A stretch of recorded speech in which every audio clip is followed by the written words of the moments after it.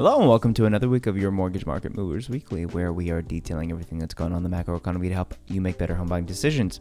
This week's 30-year fix is sitting at a 6.3, which is up about 7 basis points from last week's 6.23. Yesterday, we had a pretty big event, which was the FOMC, and it was actually Jerome Powell's very last of FOMC as the chairperson of the Fed. So we are getting a new Fed chairperson, and we'll see what comes with that. But we're going to dig into everything that happened in the meeting and all the data that has happened this past week. So let's hop right into those charts. Back over to the charts. So we have the U.S. 10-year yield pulled up here, and as you can see, this is not great. It looked like the 10-year yield wanted to come back down around mid-April, but it has shot back up, and yesterday we had a pretty big day, and that makes sense. It was FOMC, and during the press conference, Jerome Powell said there were questions about an easing bias, right? When there's a dual mandate to protect the labor market, but also ease inflation with the oil shock that has been the result of the war with Iran. The FOMC, the Fed feels as though that inflation is not easing, and we don't know what the effects are going to be of the oil supply shock. I believe Powell said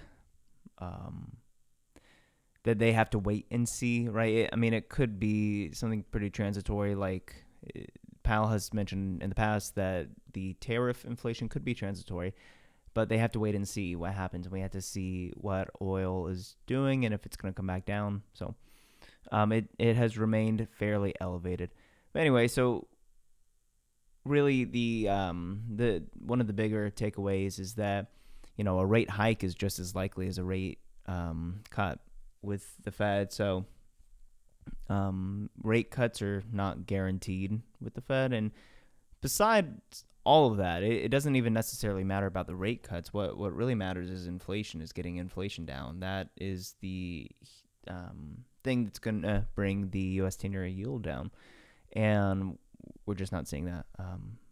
So we have some data that came out this morning that also shows that inflation still is not coming down to where investors would like it in order to be willing to buy more bonds.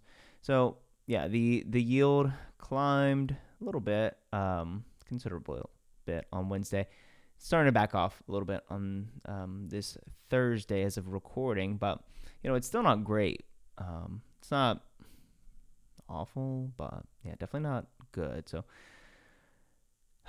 we will have to just monitor that situation. We can go over and look at crude oil.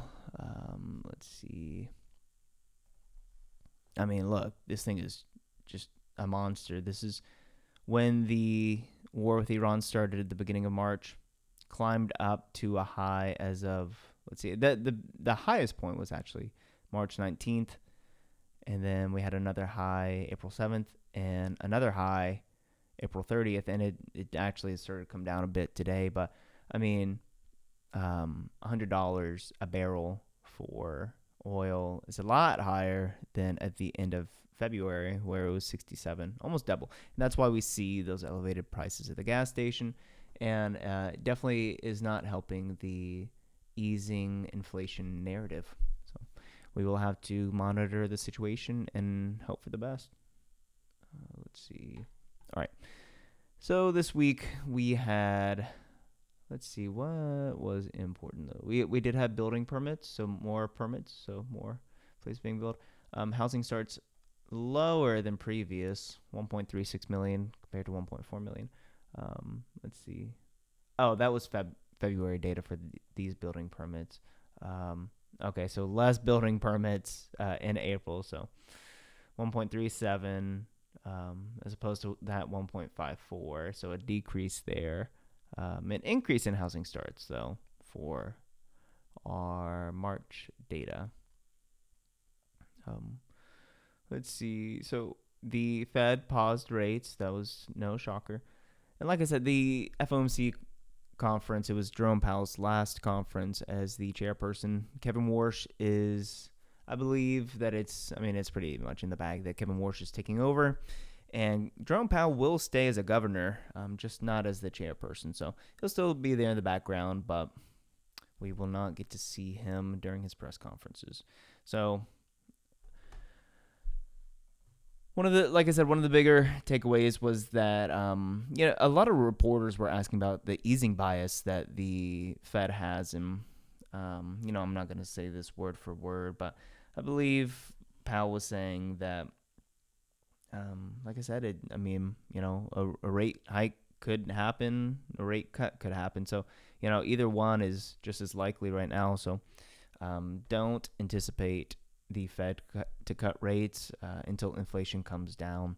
And if you look at the summary of economic projections, you can read in there that there was a statement in the previous one that says, I can't remember exactly what it. That inflation is somewhat elevated, and they removed the somewhat, and now it is just inflation is elevated. So not good news. We also have this, core PCE 0.3 for month over month. And weird, I don't know why the year over year isn't on here, but I know that the year over year came in hot for the PCE data. It was like a 3.7. I don't know why this counter isn't showing this, but yeah, PCE, which is the Fed's preferred inflation gauge, that came in hot. So yeah, inflation is not easing. Let's see. GDP also came in lower than expected. And people are still spending money. So unemployment claims lower than expected. So that's good. And then we have manufacturing PMI, but that's not that important for what we do. Let's see. Anything big next week? New home sales. That's good to look at for next week. We do have some labor stuff, but labor is important for sure. But I think it's just the inflation stuff that's kind of like, on top of everyone's mind right now. So really, it's just monitoring that situation. But yeah. All right, like I said, 6.3 up from last week's 6.23. I could see this climbing next week, but we'll see. This, again, this is the average on applications for this 30-year fix. So, yeah, a lot goes into an application. So we can't just say that that's the rate for everybody, 6.3. There's nuance to that, of course. But, look at this. Oh, no, that's 21. Let's see. Yeah, in March, down to 5.98. No, that's 24. Yeah, so in recent memory. No, okay. Yeah. Shoot. All right, I messed that up. Anyway, yeah, rates were down to 6% on average, right, for 30-year fix. And, people just kept waiting. You can always refinance to get a lower rate. So really, it just doesn't make sense to wait too long and just, if you're not digging into the data, if you're not paying attention to the economic backdrop, it's really just a coin flip. Are rates going to go up or down? I don't know. What's oil doing? What's inflation doing? What's the bond market doing? It's so important to pay attention to these things. If you're just asking the question, what are the rates going to do without paying attention to the bond market? There's a psychic down the street that we can go to and ask and probably give you just as good of an answer. Let's see. Yeah, so, that rate pause, look, all the way. I think there were 2 expected rate cuts in 26, and then that got pushed to only pauses. And then there was one in, June or something for 27. Now that's pushed all the way to December of 27. So yeah, just not doing too hot. And look at this.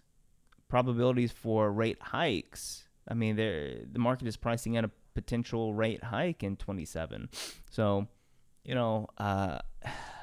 this oil thing really just not great for inflation. So, yeah, that's really what we're going to watch for oil and inflation, and see, is inflation going to come down at all? All right, that's all I got for you this week.